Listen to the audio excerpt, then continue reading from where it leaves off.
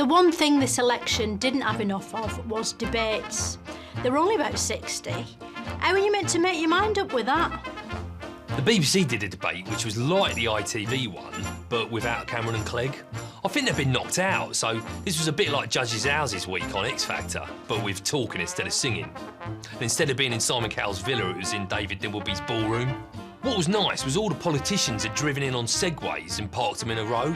There were more women than men in the line-up, and they were all sort of left-leaning pacifisty women, which was refreshing because it meant it didn't just collapse into a load of angry shouting. That privatised a large chunk of the health service. But this is and what you're you lying, and you're lying. I believe it's what you said. And millions of...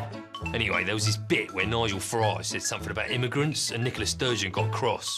She said there shouldn't be any difference between immigrants and emigrants, starting with the way we pronounce them. We're a nation of immigrants as well as immigrants, and we should treat immigrants the way we would want immigrants from our country to be treated wherever they go to settle. Nigel Farage was there, and because the others were sort of liberal, he was kind of isolated on a little island all of his own, which you'd think he'd love.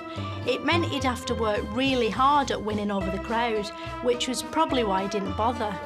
There just seems to be a total lack of comprehension on this panel, and indeed amongst this audience, which is a remarkable audience, even by the left-wing standards of the BBC. I mean, this lot's pretty left-wing. Hang on a